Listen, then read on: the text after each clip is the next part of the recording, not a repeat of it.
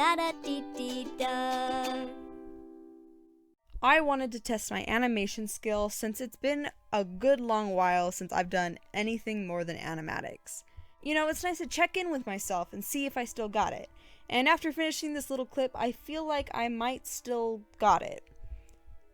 Whatever I had the last time I animated, I feel like I've retained pretty well, and I've learned a couple new things that I think I applied to this as well. That being said, I low-key hate how much time this took. It's less than 5 seconds, and I spent hours on it.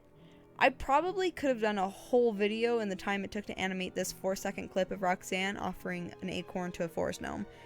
I mean, I technically got a video out of it since you're watching this right now, and yes, that does make me feel a lot better about how much time I spent, but, you know, I just feel like quantity, quality, time, investments, I don't know, it's all a trade-off. I'm very happy with how this turned out, though. I started with a sketch. I figured it'd be a good idea to start the animation process with art that I wasn't really attached to. That way I could go in and make Roxxanne do whatever I needed her to do without worry about how it will look in the end. And sketches just allow me to take a step back and have less investment in the art itself. And, you know, it just gives me a little bit more freedom. So, anyway, this is a very good step. I highly recommend it. Technically, it's just storyboarding your video. I made sketchy drawings that showed the general motion I wanted, and, like, that's a storyboard. After I put those images together to make a video, and I liked the general motion that I had, I went in and drew the line art. This took quite a bit of work. Mostly Roxxanne stays still, but the parts of her that don't, just don't. And that meant drawing a lot of minor changes. There are a total of 16 frames that I had to draw, plus 10 that I had to reuse in order to allow the video to loop nicely. And that means that I drew 16 unique frames to create this movement. I could have stopped there, but coloring it all seemed so easy, and, like, what a big payoff in the end, so I did it. I went and colored each frame. It took significantly less time than the line art, thank goodness. This whole process makes me appreciate animation even more than I already did. I mean, I already know that animation is a very time-expensive process, but every time I try it for myself, I relearn that lesson.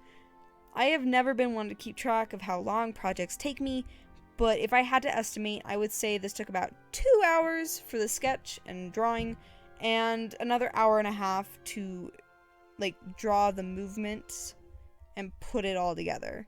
Right, so, like, the base image took 2 hours, and then the animation part took an hour and a half. Can I animate? Like, this video proves that technically I can. Can I animate well?